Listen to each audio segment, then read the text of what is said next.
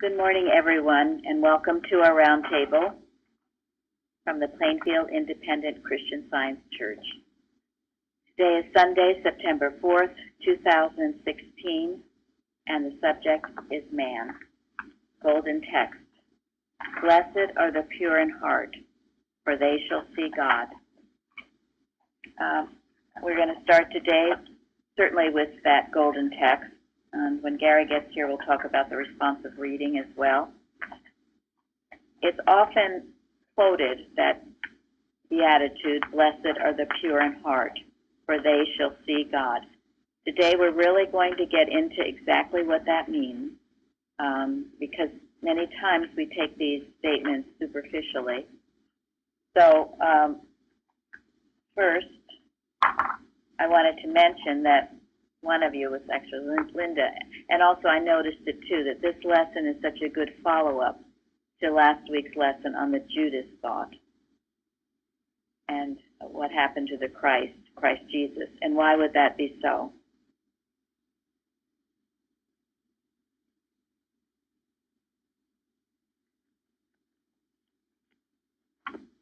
The error that grabbed a hold of Judas could never have done so if he were pure of heart.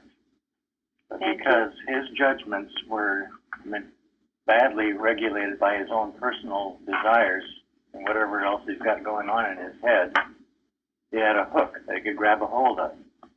And that enabled it to act in its way through Judas. Thank you. So it clouded his judgment. Whereas if you are pure in heart and selfish desires are out altogether, and simply a desire for God and the things of Him only, that leaves it clear enough so you can actually see what God has to say. See and hear God. The purification process is very important. We're all born perfect, innocent as a child. That's why Jesus loved the little children. But we seem to learn a lot in this human existence, in the Adam dream, or we can anyway, and we have to purify ourselves. I found it was interesting when Jesus was speaking to the Pharisees in this week's lesson, Matthew 23. He's calling them hypocrites and other things, whited sepulchres. But then he says, "For I say unto you, ye shall not see me henceforth, till ye shall say, Blessed is he that cometh in the name of the Lord." What does all that mean? What did he mean by that? Why did he say that to the Pharisees then? He said, you're never going to see me unless what? Yes. Yes. Unless you acknowledge who he is, you will never see me. Judas didn't acknowledge who Jesus was. We must acknowledge the Christ also in each other. If you don't do that, you will never see God. This is part of being the pure in heart. Well, because also the blessed, you will not see me henceforth till ye shall say, Blessed is he that cometh in the name of the Lord. In other words, that they embrace him. And right. You not only acknowledge. recognize, but truly embrace him and know the blessing that's being given to them. Thank you. I think in the same sense, we must embrace what we are as reflection or the image of God, which is entirely spiritual. Whether we feel it or whether we're knowing it or not, that acceptance has to be there. Because I was reading something from Bicknell Young on his article on idea, and he says that the only sin is the illusion of life in matter. And if we continually indulge this sin by catering to it, we delay our demonstration of dominion. To me, it's saying that, we have to accept these things, these truths, I should say, if we are, enlisted in Christian Science. I think the whole Christianity thing should be the spiritual. working to gain more of the spiritual sense of life. But if we're not doing that, then where are we going? Thank you.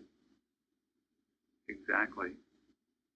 I mean, in a way, this is his way of telling them that they don't know who God is, isn't it? Interesting. What is that one? I mean, if you can't see that I am here in the name of God, you don't know God.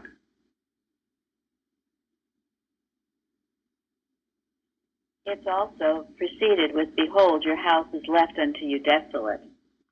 And that's exactly how you will feel and what you will be if you can't see God and you can't see the Christ in yourself and in others. And it requires this purification, this spiritualization of thought. Well, it reminds me of what Mrs. Eddy says about the human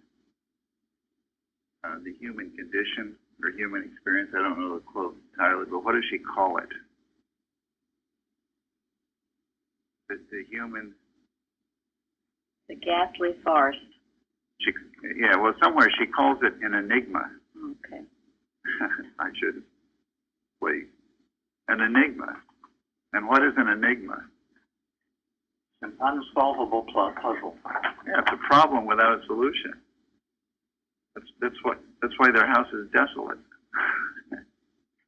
It reminds me also when he says this, before he soon after predicts, he told the disciples that the temple, not one stone would be left of it.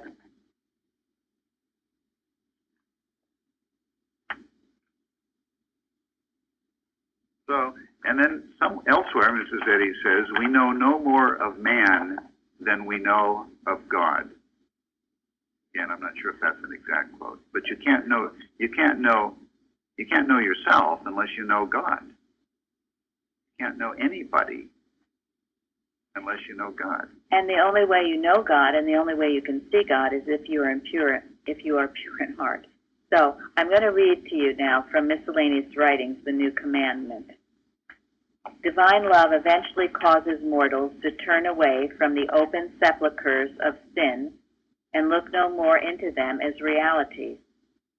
It calls loudly on them to bury the dead out of sight, to forgive and forget whatever is unlike the risen immortal love, and to shut out all opposite sense. Christian Science, full of grace and truth, is accomplishing great good, both seen and unseen, but have mortals with the penetration of soul searched the secret chambers of sense? I never knew a student who fully understood my instructions on this point of handling evil as to just how this should be done and carried out my ideal.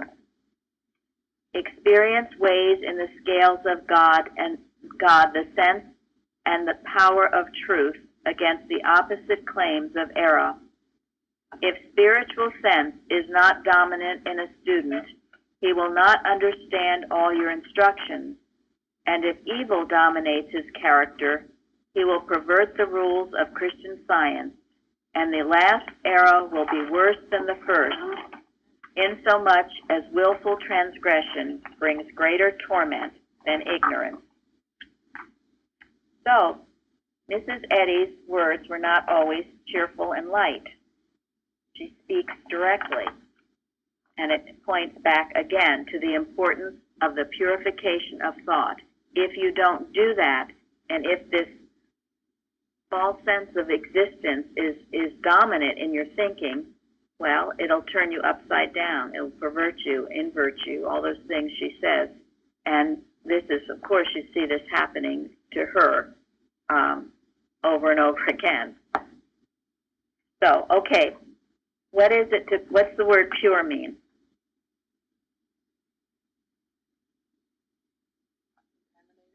Thank you. Free from moral defilement, without spot, not sullied or tarnished, incorrupt, undebased by moral turpitude, holy. Thank you. Anyone And one substance That's what comes to my mind. One substance? Yes. Anyone else? Well, cleansed of all impurity. Yes. Guiltless. Whatever Good. that is. Guiltless. Guiltless, free from guilt and innocent. Genuine and true. So ask yourself, do you feel that way about yourself? Can you identify with those qualities? Are you free from guilt? You feel innocent? Not really. Not all the time. Oh, that's why you're here. You know, Corrupted? pure means to me it's there's clarity. You know, it is what it is. I mean, it's not adulterated with something else. There's nothing hidden. So there's a sense of clarity. That's excellent, and that's what you get as pure in heart. You get a clarity that you've never had before. Transparency. Transparency. Who said that? Thank you. I did. Without fear. Without fear. So it's a continuous, for me, it's a continuous effort. No, it's not a one-time thing. It's a continuous effort. Desire to know God. Work towards that. What were you saying, Jeff, that you do now in the morning and at night? I'm trying to get into the habit of emptying my mind of all negative thoughts, thoughts of fear, and anything negative, and then filling it up with good thoughts like thou hast not given me the spirit of fear, but of courage, sound mind. Be ye transformed by the renewing of your mind. Thank you. And I can do all things through Christ which strengtheneth me. I keep repeating those things. That way I clean out the garbage in the morning and fill it with good stuff. And then I do it again when I go to sleep. And it's actually working. That's excellent. That's a process. That's working at it. That is renewing your mind. You're getting rid of the garbage and replacing it with scriptural. In his case, he was using the scriptures, scriptural truth. And then living it. Because as that becomes dominant in your thought, you become more pure. Because the mixed thing, the negativity, and then thinking the good thoughts, and then the negativity, that's the mixed, that's the adulterated thing. And we all have it. I mean, we all do. This is why both he and Benjamin said they do it every day. You have to do it all the time. It's a continual process. Just like you can't just wash your clothes once, or your dishes. I might add that not to do it became more painful than to do it. That is when you're really growing. When not to do it becomes more painful than doing it. That's the state that you get into. You get more dependent on God, more dependent on him, not less. So what's the definition of heart? We are pure in heart. What is our heart? Thank you. Motive.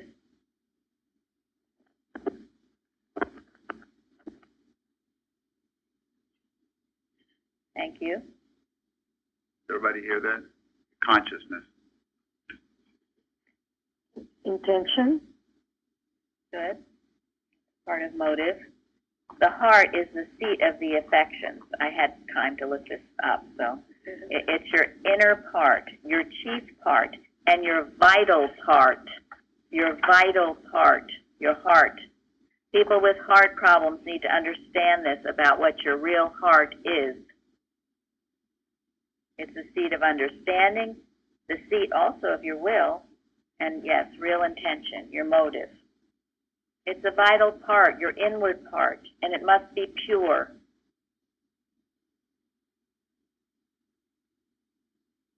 Now, what does it mean to see God? Talked a little about it.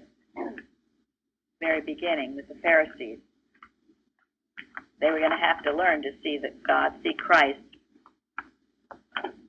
Seeing Christ is seeing God in everything around us. God is, and He created everything, and we have to see it as His creation. Thank you. Absolutely. To be aware of His presence and power. Thank you. And when you are, can you feel less than loved? No. You see God, you feel loved. If you're having trouble feeling loved, the remedy, get closer to God. That's why the desire to know God is the only desire that really matters. It's the most important desire we could ever have. Earlier, you had mentioned about the study talking about the human condition being an enigma, the problem without a solution. I know I certainly found my life before to be like that, and I think being here, seeing God, is seeing that there is a solution and there is something good on the way, and that's a wonderful difference. It is. What were you saying about that, Carol? Before you came here, what your life was Oh like? my gosh, life was so empty. I remember thinking, why? What's this all for? Why are we going through things? What's the purpose? And there was nothing. It was hollow. It was empty. I had 2 kids, a husband, a home, but it was empty. There was nothing to it until I came here and found independent Christian Science and what it means to be a Christian Scientist. And purpose, a real purpose in life. And oh my God, what a difference. Thank you. And this is the enigma, and I felt exactly the same way. It didn't matter what you had, how much you had it, or how little you had it. It was just miserable. Miserable existence. Lives of quiet desperation. I was thinking, to concern with what Lillian said, and also what Gary said about when you seeing God around you and feeling that presence of God around you. For me, I think it wipes out every sense of fear you may have or insecurity that you may already have or that was trying to creep into your thoughts. And in that state of mind, because I have actually attained get to that point of thought, which I work every day to stay on, but it keeps you safe, and you're not afraid to work, even if people are afraid to work and you're not afraid to get there, even in the night, or travel to any part of the world that you feel like you desire to experience. So you know that God is there with you, and that state of thought is everywhere and wipes away every fear. Because I remember my experience when I found myself I didn't know, but I think God brought me there for a purpose. I found myself in the most dangerous part of the world, and having myself surrounded by hatred, but never at any time that I was afraid of that anything will happen to me. And it never stopped me from doing the work that I was there to do. And Is that when you were a missionary? Yeah, and God gets me, not just me, all of us. We were there for that purpose. And none of us was injured or harmed. God was there. God occupied every space at that moment. Thank you. It's a wonderful thing when you understand it's the 3 omnis: omnipotence, omnipresence, and omniscience. There is nothing but God. So when you see something that looks fierce or terrible, right in that very place is God. Remember this quote on page 476 in Science and Health. Jesus beheld in science the perfect man who appeared to him where sinning mortal man appears to mortals. In this perfect man, the Savior saw God's own likeness, and this correct view of man healed the sick. This is how he healed. This is how you heal. That is how you heal, by seeing nothing but God everywhere. Sometimes it's easy when you're looking at the beauty of the world or sunsets or lovely flowers, but other times it's very hard, but still it's there. Only God. It's a suppositional opposite of the truth, Mrs. Eddy says. The suppositional opposite. Suppositional, which means it's not real. And so... Well, and also, this is terribly practical, because what is it that you see when you see God? You see, what are the synonyms? You see what's true. You see truth. You can distinguish truth from falsity in this state, in this pure state of thought. You can't be fooled by the lies. You see mind. You see wisdom. You see life as it really should be. I mean, this is practical. Yeah, and I'd like to add, it's very, very practical. By putting God first, making him your primary interest, all secondary needs or interests are taken care of. There's a testimony that one gave. He was selling real estate, and he was new at it, and he said nothing was happening for him. He couldn't even buy a can of beans. That's how he put it. He hardly had any money. So he shut the blinds in his office and just read Science and Health, started reading, got so immersed in it. And then he said somebody came knocking on the door. And anyways, as it turned out, that year in his city, he was the one who sold the most homes or whatever it was that he sold. So that's just one example, but putting God first really is all. It takes care of everything else. Thanks. Thank you. That is beautiful. I want Gary, please, to read 3 in Science and Health, citation 3. This also goes with seeing. Spirit blesses the multiplication of its own pure and perfect ideas. From the infinite elements of the one mind emanate all form, color, quality, and quantity, and these are mental, both primarily and secondarily. Their spiritual nature is discerned only through the spiritual senses.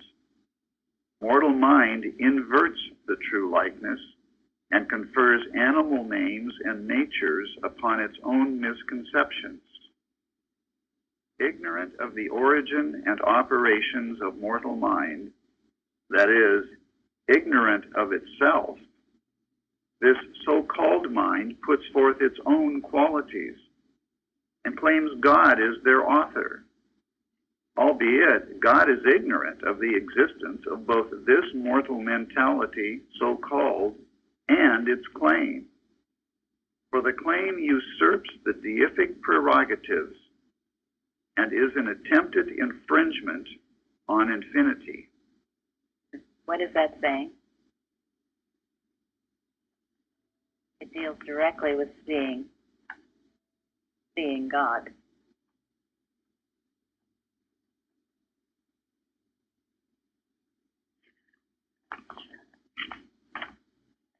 From the infinite elements of the one mind emanate all form, color, quality, and quantity, and these are mental, both primarily and secondarily.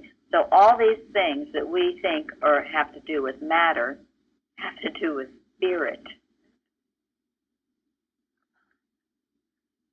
We turn it upside down and make it material, but they are spiritual, and that is why you will always have your body. You will always have form and color and outline and beauty and and mind and all those things, because they're spiritual and they are immortal.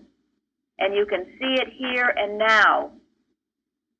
And when you see it here and now, you begin to get heaven on earth instead of hell.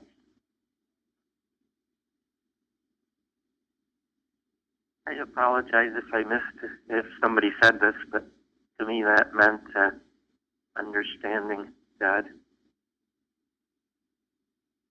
So seeing is understanding. That's right. Seeing is understanding. You know, this idea of vision and seeing is so important, and it's mentioned many times. Open mine eyes that I may see. We should pray that.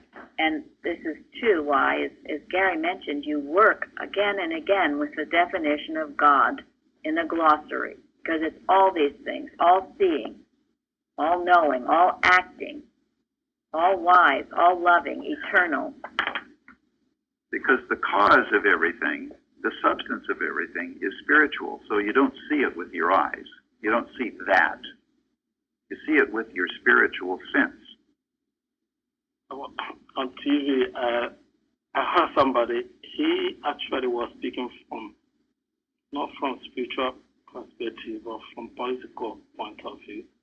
He said something, he was talking about diversity of this country when he talked about black, white, Hispanic, Asian, Arabic, people coming from all walks of life, and came here to find freedom and everything that comes with it.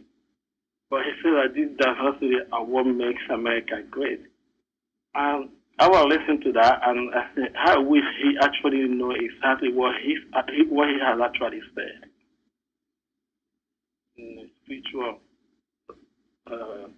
understanding of what he has said, I don't think he actually knew, because he was speaking from political point of view. But that's a spiritual thing. If he has that spiritual discernment, or if everybody in this country, or majority of us, has this spiritual discernment, knowing what that actually means, there will be no all this craziness that is going on. Because that's what makes us, God makes us to be like this for the purpose of good. Thank you. Thank That's you. right. Yeah. It's our individuality, and everyone is unique and different backgrounds, and different everything. And that makes it all work when we love our neighbor as ourselves. And even though he was speaking from a political point of view, there is nevertheless a spiritual truth, Absolutely. as you said, behind what he's saying. Because we are not the color that we are, or the sex that we are, or the nationality that we are. We are spiritual beings. And we are all perfect in God's sight, because he created us all. And if we can he has see, no favorites. he has no favorites. And if we can see that, then any other, material differences don't matter. I think that's what you were saying. All right, well, now we're gonna go back. Many of you wrote wonderful things on the forum, and this lesson is full of ideas, ways in which we purify ourselves, and many of you spoke to that. Yes, I'll start. Gary wrote on the forum about the responsive reading. Yeah, really, because it contains the recipe for how to be what God made, in a way. How to live the right life.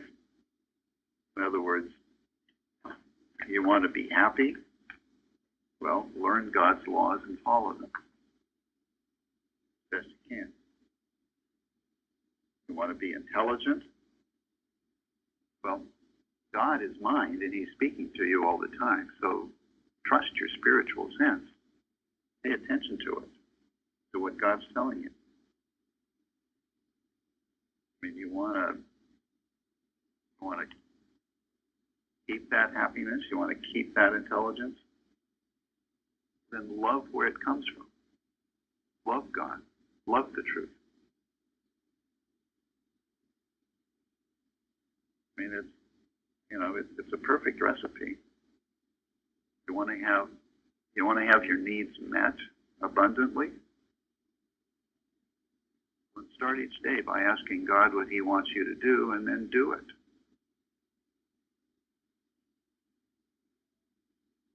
He'll never leave you without. Yeah, and it's often good to keep it simple. Don't let it get overcomplicated, or you feel like giving up before you start. It's not. That's why, again, Jesus loved the little children. Simplicity of the Christ. It's not complicated. It's simple. It's innate within us. What is a presumptuous sin?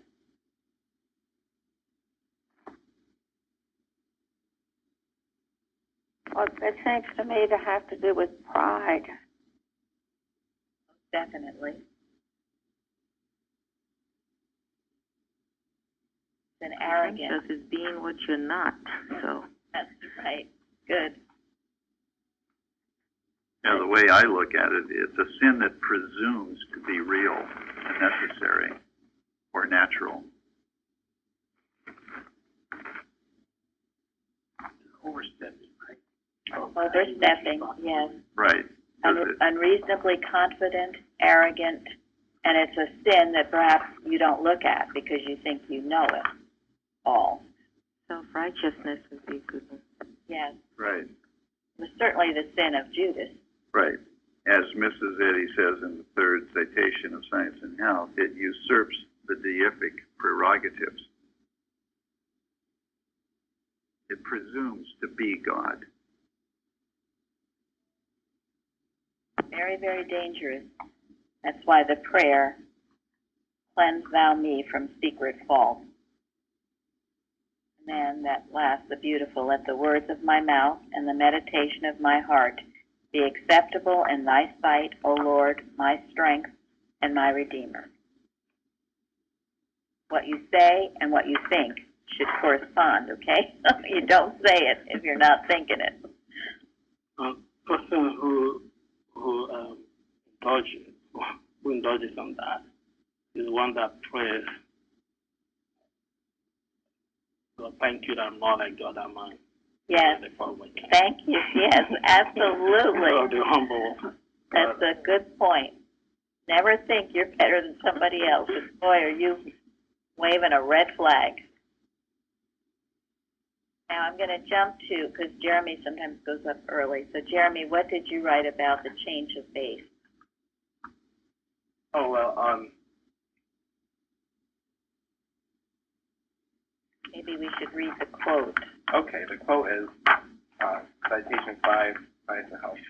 The effect of this science is to stir the human mind to a change of base, on which it may yield to the harmony of the divine mind. And one of the things that really struck me about Christian Science was that it was not a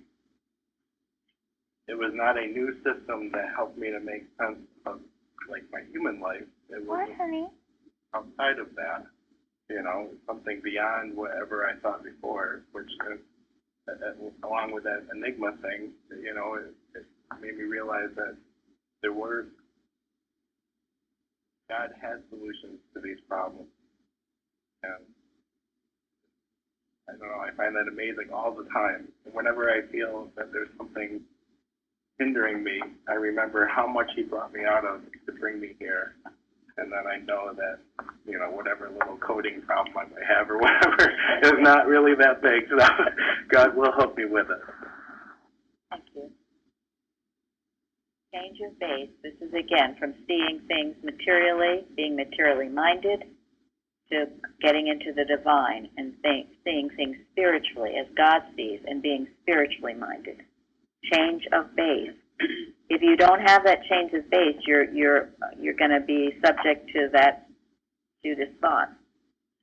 I think that's what I see that in other Protestant religions, and to me this is a nugget of change. You have to change the base of thought and prayer.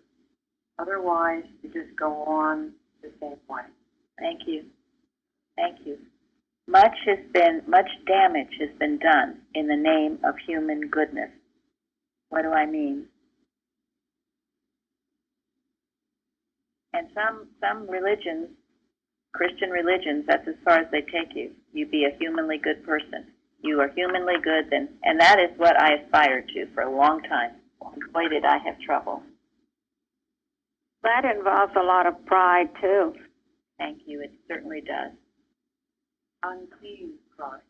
Unseen pride, because you think you're good, and you're not. You're humanly good, and there's no God in it.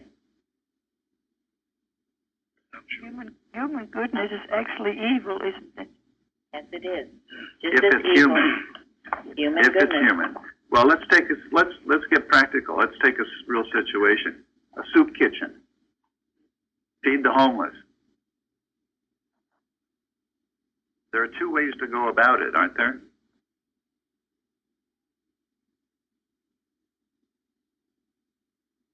What's the difference between doing it humanly good or divinely good?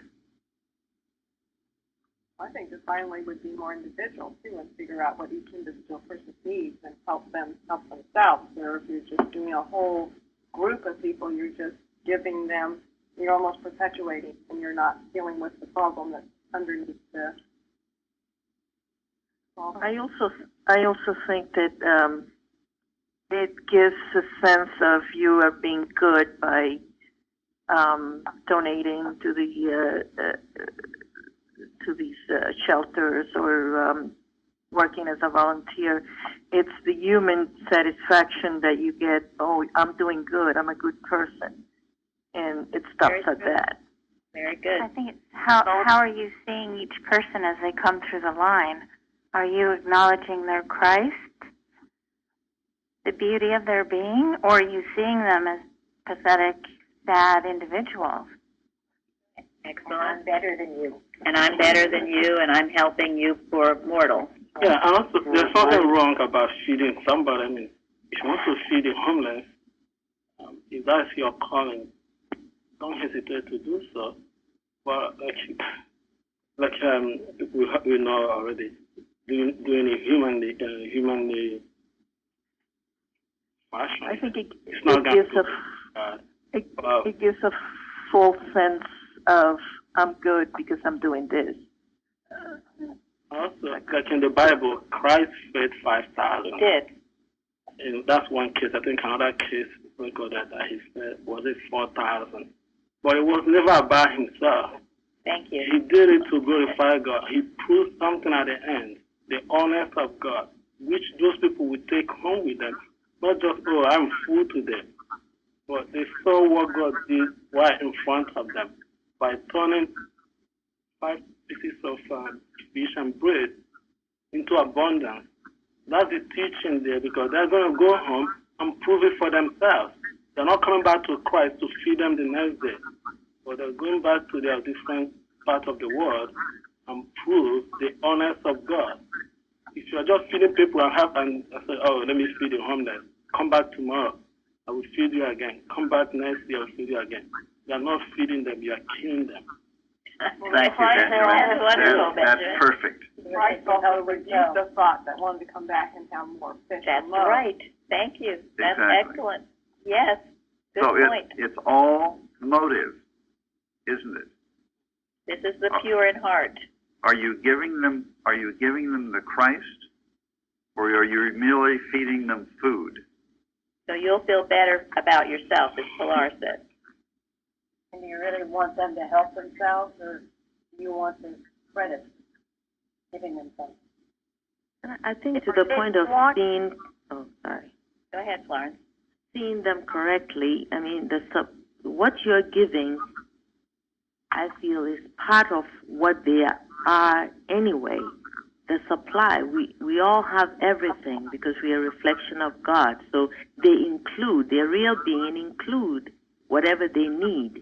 So if you're seeing it that way, as Benjamin and Suzanne referred to, then you're doing something based on the spiritual truth, as opposed to all the others of, oh, they don't have, let me give them. Exactly. Exactly. Well, and this is what separates, Christian Science from just Christianity, and it's a big separation. As Benjamin said, you're teaching a principle that they can take and better their lives, so they are not dependent on you to feed them always, but they are dependent on the one Father, Mother, God, who is their source of life and existence and every good thing. And believe me, that will change them, that will transform them, that is truly blessing them. And I have nothing, soup kitchens are certainly better than nothing. A lot of these people, we should be Christians, Christian Science. You help people on the level where they need it, absolutely. But remember this principle behind it. Whether you go out and have a soup kitchen or not, that's up to you. But the far better thing is to teach them how to fish rather than just give them the fish. And I think it's sorry.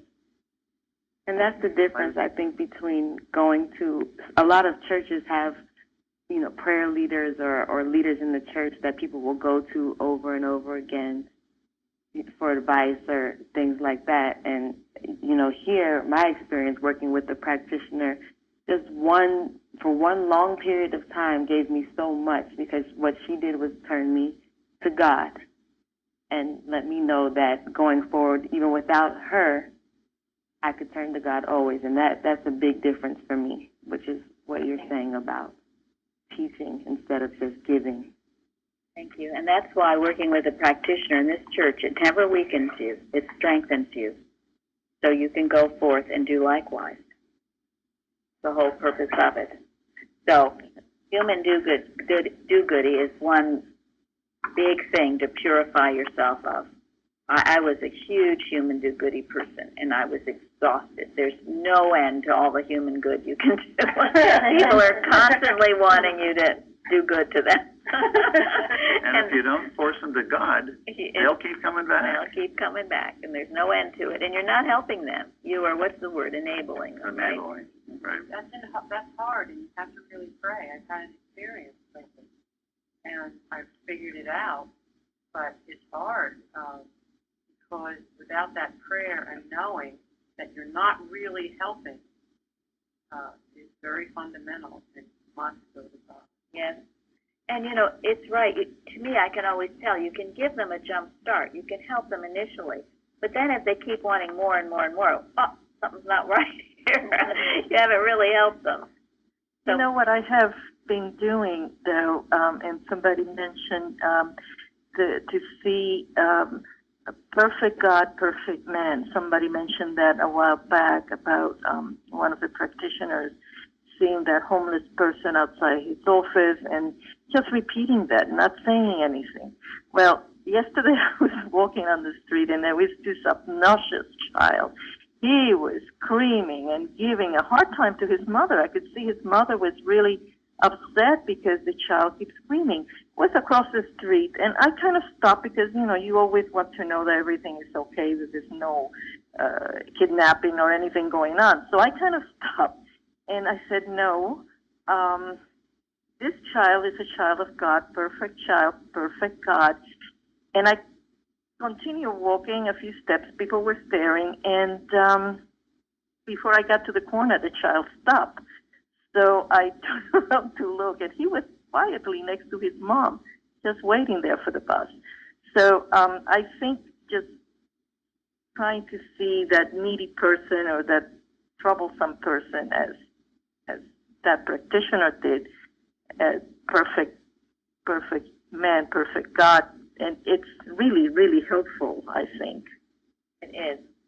You can do great good. Your prayer, silver and gold have I not, but giving them the Christ, seeing them correctly, that's the best, most wonderful thing you can do for anyone, and it will heal. Even if you might not see the results immediately, and that was wonderful that you did. But even if you don't, you know that your right thought addressing that person will have an effect. It can't help because it's God working. Now, I want to make sure there are a lot of you that I wanted to have you speak, but I want to make sure I get to Florence's on chemicalization. Florence? Yes. What Oh, you I wrote was- about on the forum. Go ahead.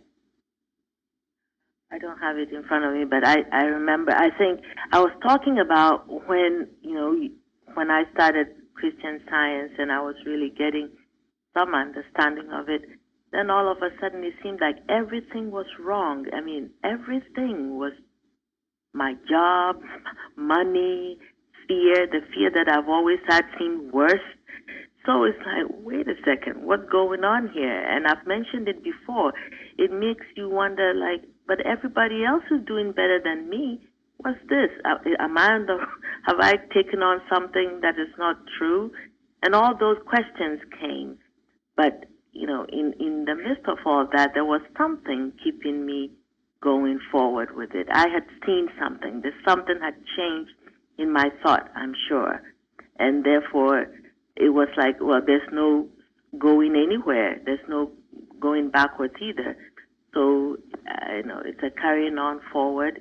And I'm so grateful that, listening to the tapes and listening to the services, everything at Plainfield kept me going till this day. But there sure is, the negative trying to come in to make you question the truth that you're gaining. It's rough. It was rough. Many nights up crying and just, totally afraid and confused and everything. But I didn't understand that it was the truth bringing the error to the surface. Yes, And, the muddy riverbed must yes. be heard, as you said that. It could, maybe it's clear on the top, but underneath there's all this guck. You got to stir it and get rid of it, and that's sometimes a painful process. But it's a good sign. Mrs. Eddy says it's a good sign. That's not the time to throw in the towel and say this isn't working. And fortunately, as you brought out, you were too far along to do that. You knew this was the way, and you kept going. Well, that's what happens. You feel, yes, like Florence said, like you're not doing anything, that is nothing happening, and you're doing all this work.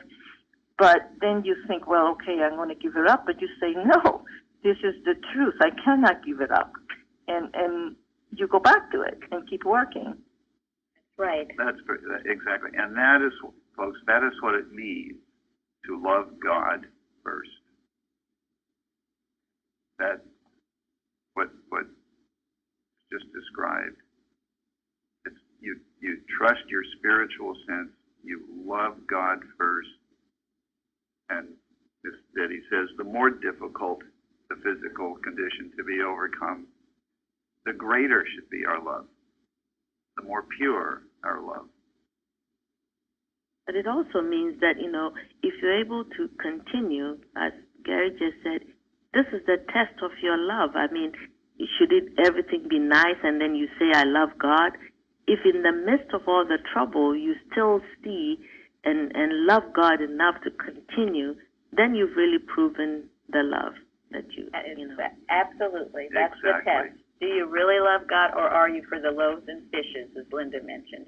Just come in for what you can get. That's not love. Get tested. I was fortunate that in the conventional Christian Science life that I led first, and when I got involved with the running of the church too early because I knew I didn't know enough things spiritually to do it properly from having been on boards in the past. But then there were so few members left in the church that I didn't accept the post. And every time I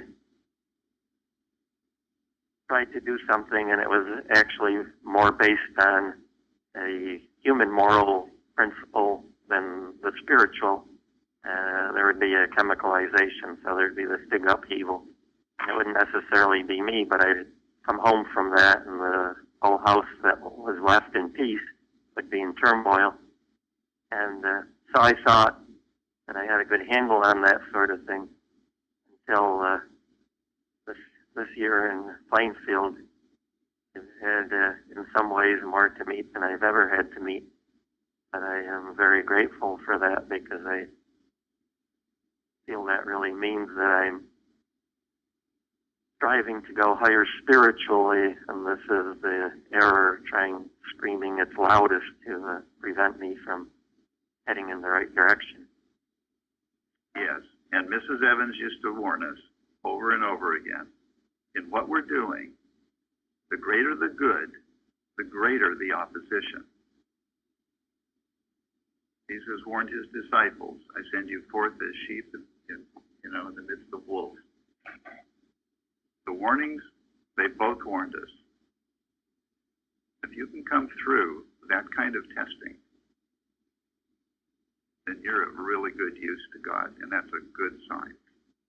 And what Shardy wrote on the forum as well, all those ways of purification, but the end, do you remember what the end was for? We are purified for what reason? To be saved, to love God.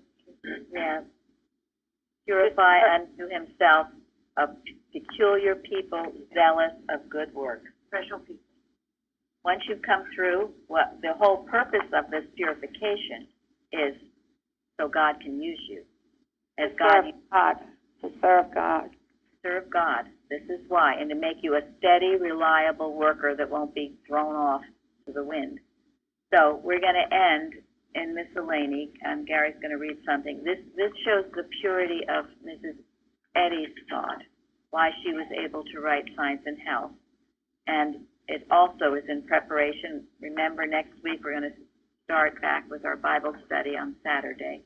So we hope to see you all there on Saturday. And this is something beautiful that Mrs. Eddy wrote of herself. Go ahead, Gary. My first writings on Christian Science began with notes on the scriptures. I consulted no other authors and read no other book but the Bible for about 3 years. What I wrote had a strange coincidence or relationship with the light of revelation and solar light. I could not write these notes after sunset. All thoughts in the line of scriptural interpretation would leave me until the rising of the sun. Then the influx of divine interpretation would pour in upon my spiritual sense as gloriously as the sunlight on the material senses. It was not myself, but the divine power of truth and love, infinitely above me, which dictated Science and Health with key to the scriptures. I have been learning the higher meaning of this book since writing it. It is too much to say that this book is leavening the whole. Is it too much to say that this book is leavening the whole lump of human thought? You can trace its teachings in each step of mental and spiritual progress, from pulpit and press, in religion and ethics, and find these progressive steps either written or indicated in the book. It has mounted thought on the swift and mighty chariot of divine love, which today is circling the whole world. I should blush to write of Science and Health with key to the scriptures as I have, were it of human origin, and were I, apart from God, its author. But as I was only a scribe echoing the harmonies of heaven in divine metaphysics, I cannot be super modest in my estimate of the Christian Science textbook. Amen. This is our service going forth, the reading of the scripture and Science and Health. It has all power. It is the Word of God. Thank you all for joining us today. Thank you. Thank you. Thank you.